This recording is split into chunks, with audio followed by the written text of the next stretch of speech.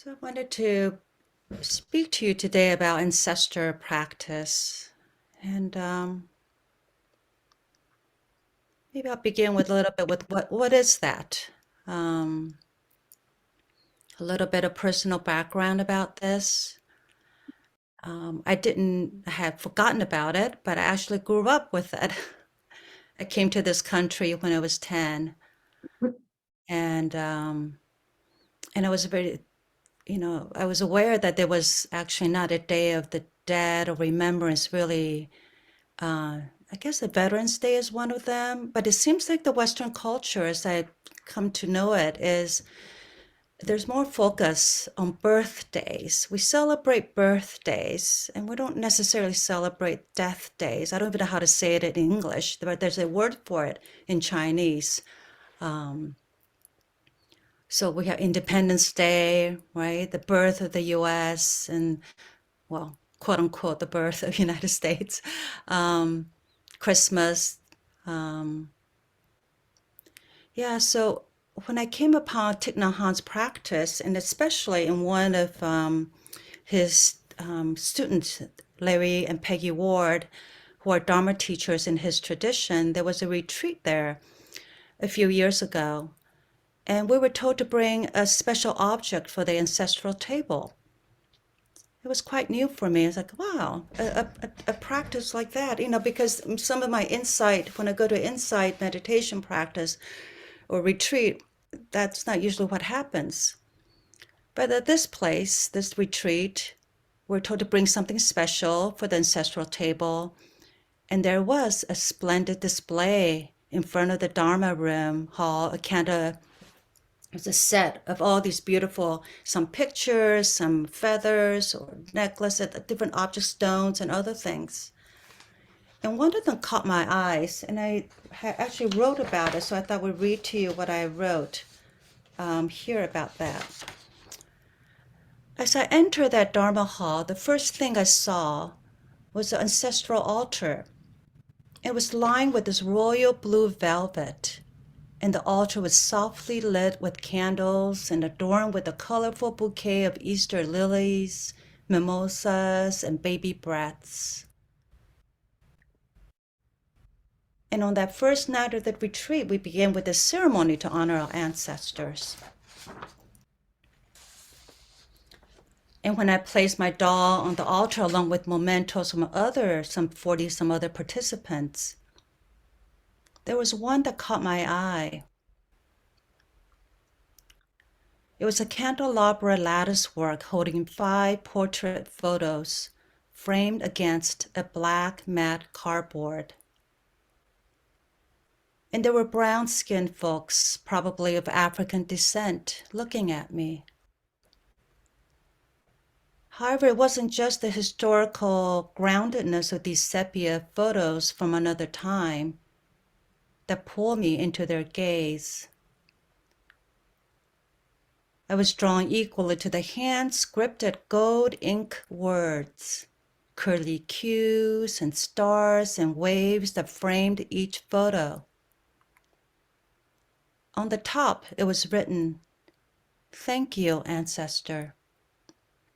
And on the bottom, their names, and the space in between, supplications for their support.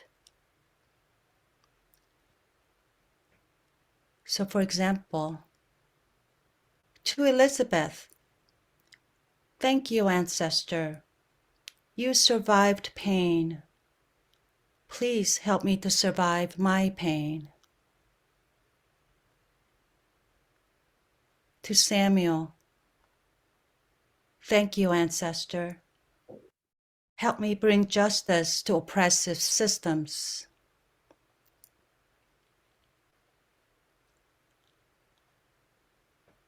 To Marie, "Thank you, Ancestor. Please give me strength. I am you."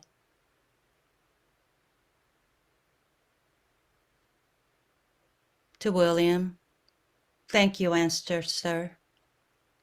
Help me know God."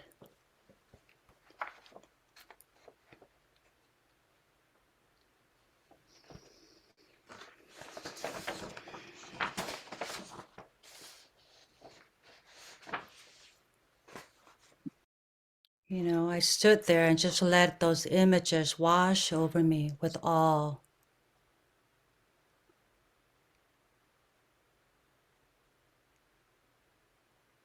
Loss, wonder, peace.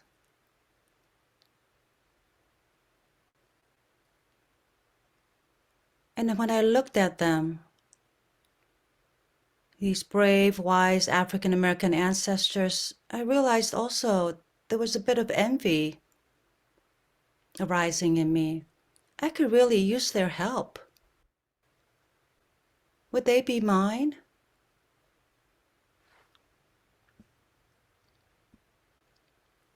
I was really hungry. I was aware there's a hunger for rootedness, for help to know how to navigate racism.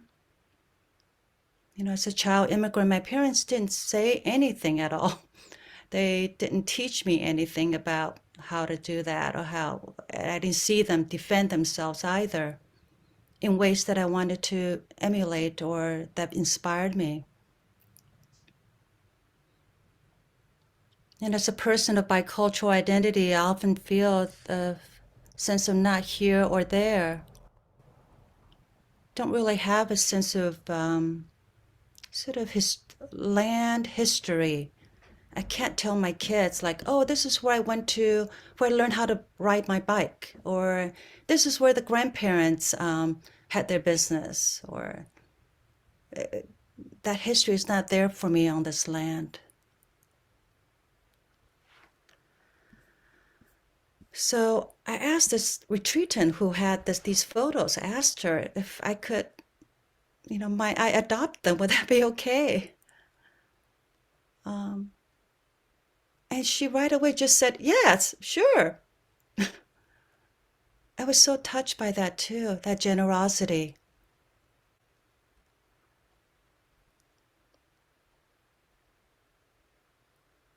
It was a big shift in my practice there.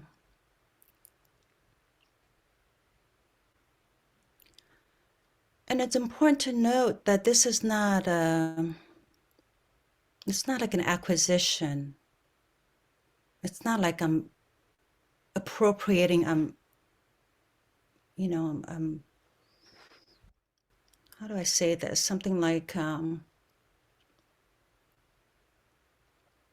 it's like a real sincere practice of the heart to open up, vulnerable, and softening that so-called racial, not really, the color, the boundary, the perceived, socially constructed boundary between me and them.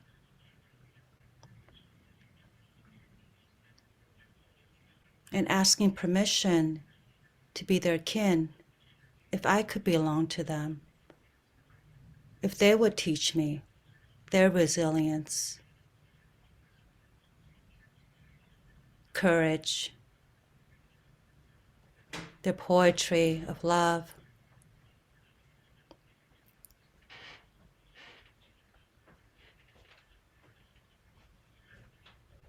Here's something I learned from that retreat, that it's possible to speak to the dead.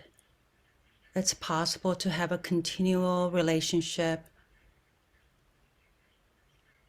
And it's also rekindled my relationship with my blood ancestors, many of whom I don't know.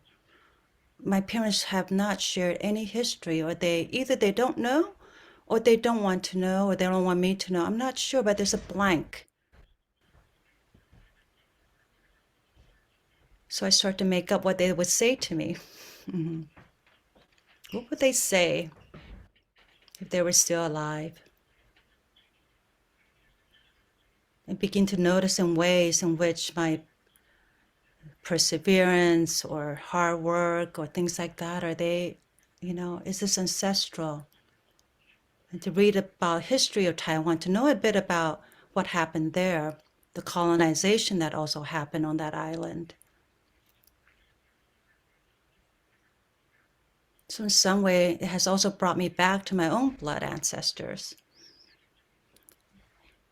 And sharing this, I also heard from others there was something called, in another Sangha, someone shared there's something called an instant ancestor, where they also didn't have access to their blood ancestors, and they went to, maybe it was at a thrift shop or some store, they had these pictures, and they said, and they started bringing them into their room and put them on the walls and just claimed them.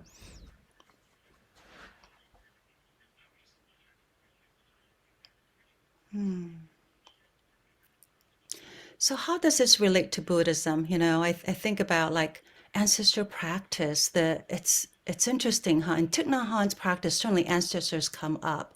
In many of the BIPOC people of color sanghas that I work with, they come up. But it's interesting, not so much in the predominantly white sanghas I've been. They don't come up as much. I don't want to make any sort of definitive yes or no, but just seems to be that kind of a thing, and that brings some curiosity what that's about.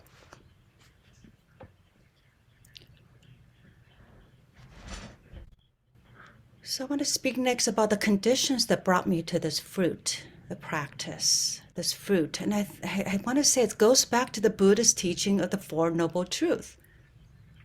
There was suffering. There was definitely disconnection from my historical experience of loss and lost. I was lost in my own loss from the immigration. There many parts of my identity had been made smaller and smaller, no longer as fluent in Chinese customs that were kind of just faded away.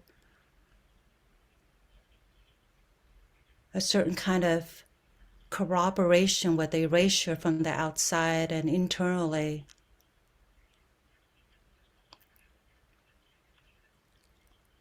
A lot of this was rooted in ignorance. This is the first noble truth, and the second noble truth, the cause of suffering.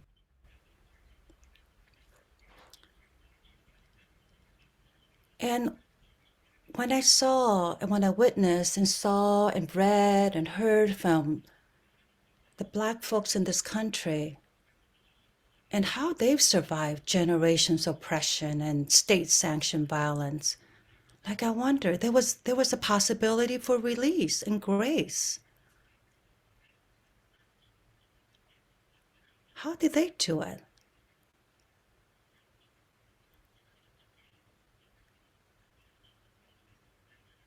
When we talk about erasure or the suffering that comes from the immigration or being a minority in this country in this sort of system, is I think of that picture of the Transcontinental Railroad when it was built. There was a picture taken celebrating all those who contributed to it. And I don't think there was a single Chinese looking person there.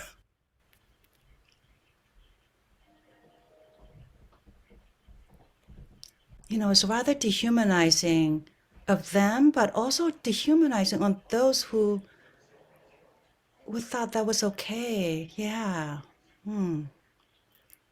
So there's a lot of ignorance for everybody there. And then there's a possibility for grace, for generosity and grit, right, that I see from our African American kinfolks. And then I think about, okay, let's do the fourth noble truth, which what is the way? How did this come to be known? And it is that awareness, that practice of knowing, of sati, to build the capacity for dis-ease,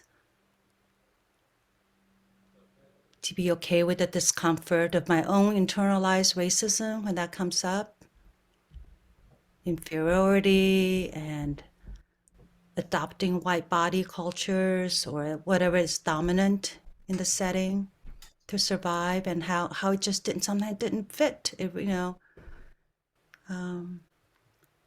think Buddhism is really a practice that allowed me to know the truth and the practice of non-harm, sila, and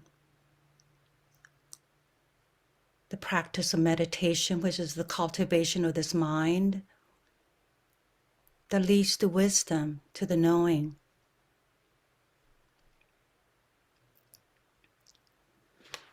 In Buddhism, front and center is really a practice of ancestors, of which the Buddha is our eminent spiritual ancestors. And this comes from Zenzu Earthland Manuel, another Black Buddhist, still alive, a wonderful teacher. So the Buddha comes from a stream of previous Buddhas, and the stream is the key here. There's no beginning, no end. We're here because of our ancestors. We cannot exist without them. We are their heirs, and we are ancestors to be who shape the future of our children and the world.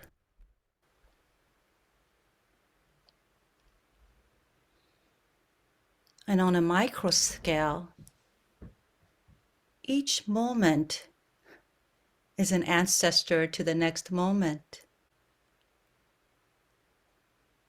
Right? Because the current moment is always shaped and conditioned by the moment prior.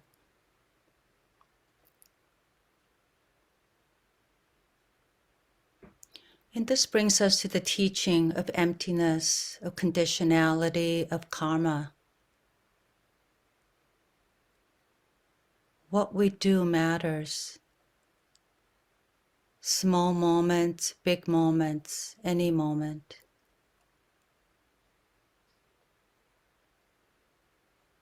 Even though we're shaped by our past, we're not bound to it. If there is awareness, then there is freedom right there to act and respond differently from our habits and unwholesome ancestral energies. Right? Our ancestral energies can be both wholesome and unwholesome.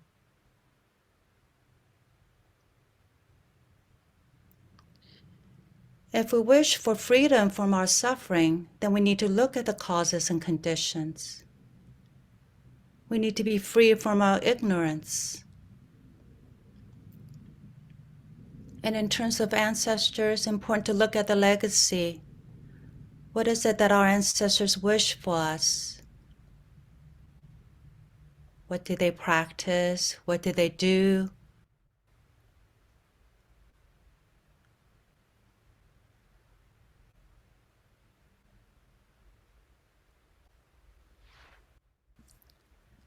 And this is the right view, which is the other half of my talk, the half of the title of my talk.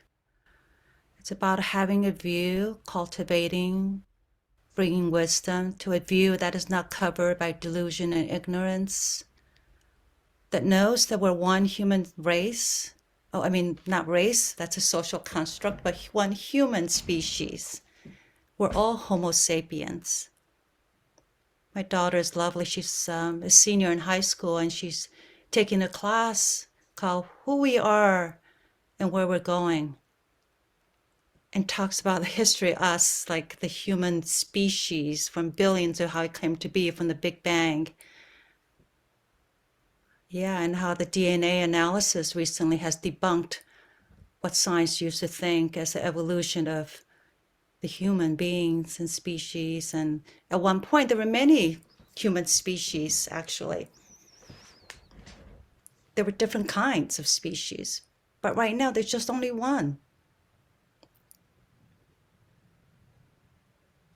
This race thing is just a social construct, just a fabrication of the mind, perhaps based on greed and wish for power and domination. So a view that would know about the Four Noble Truths, what brings us suffering and relief and freedom from that suffering. It views and knows about the seduction to power and greed that breeds division and individualism. Or a view about rest as a resistance to our super modern, high-tech production, commoditization of humanity.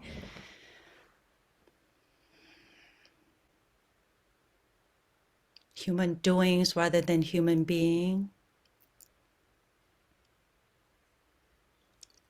Having a right view can set the direction for our practice, our thoughts, speech, and action.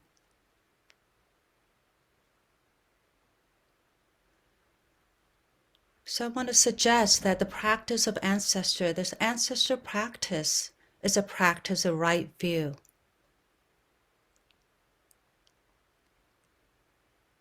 And, I just offer you a lot of words and ideas, stories. They don't really mean anything until you bring practice to it, until you put them into your own heart, body, and see what comes out of it, practicing with it. Otherwise, it's incomplete. It's what Ajahn Chah would say, it's incomplete. It just stays in the concepts and the story realm. So what might practice look like for you? So I already share how hey, adopting ancestors, beginning to have conversations with my ancestors I don't know anything about, beginning to see myself as an ancestor. And Zenzu, Earthlyn Emmanuel, she also wrote about this in her book. I can't quite recall the name of the book right now, something about bones. And she wrote about how she was questioned why an African American Buddhist like her, or a woman like her, why is she so deeply involved in studying and became this Asian lineage, this Asian Buddhist tradition? How does the two jive together? So she took time to contemplate that.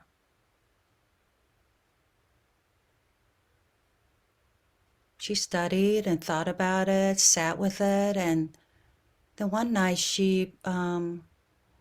this was in Los Angeles, and she wrote how she went out one evening and did a ritual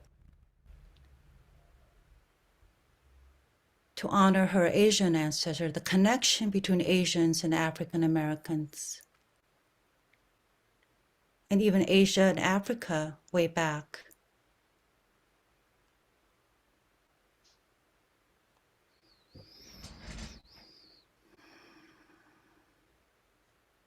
A few weeks ago, there was a mass shooting of elderly Asian men. They were the perpetrators, and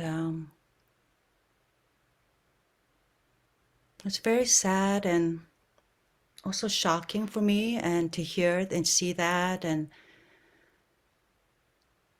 that was where I had to, what came to me was the sort of dirty pain, the sense of that, there's the also unwholesome ancestral, they also had energies and trauma that didn't get processed, became dirty pain that get acted out. Again, based in ignorance. And harm can really happen there too.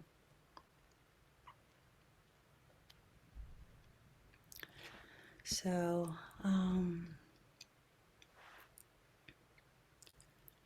yeah. Is it possible to let your ancestor guide you?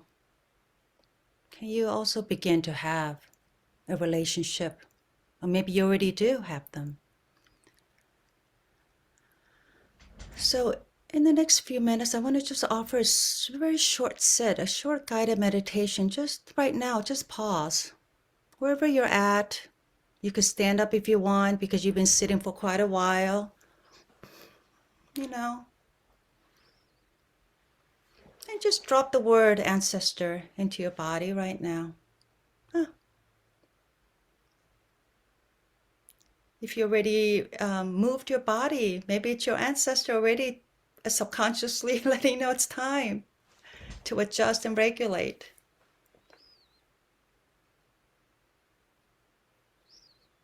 So dropping that word ancestor in your heart, what arises? Is it an image?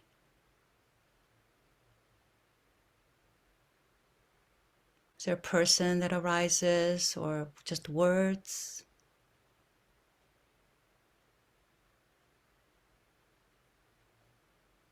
Are there emotions, confusing or gladness?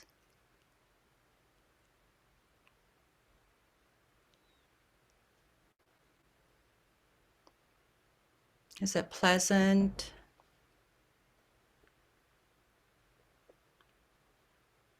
unpleasant, or neither?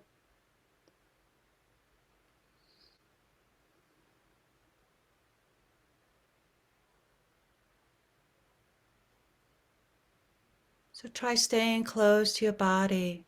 What is it telling you?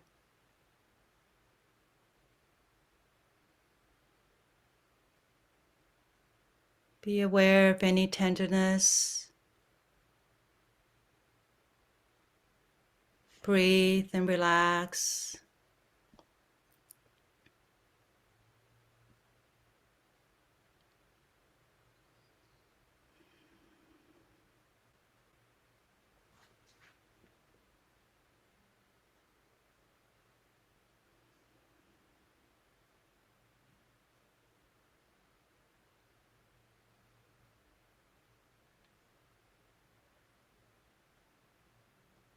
Maybe there's some confusion. I don't know who you are. I'm lost. I need help.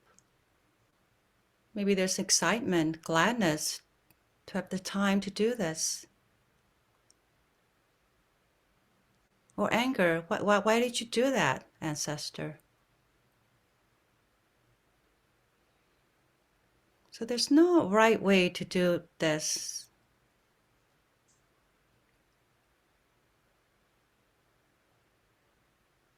Just take the next minute to see what's coming up, what's alive for you.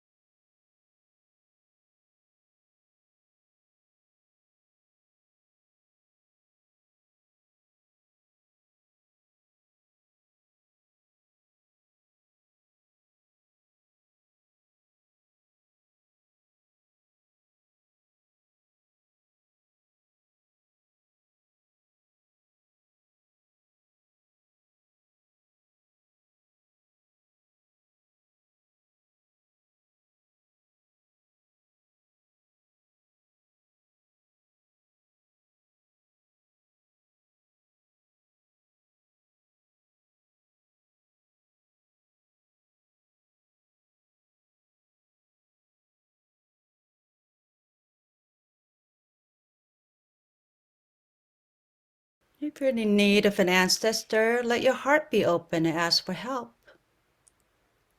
What strength, courage, wisdom, and unconditional love do you need?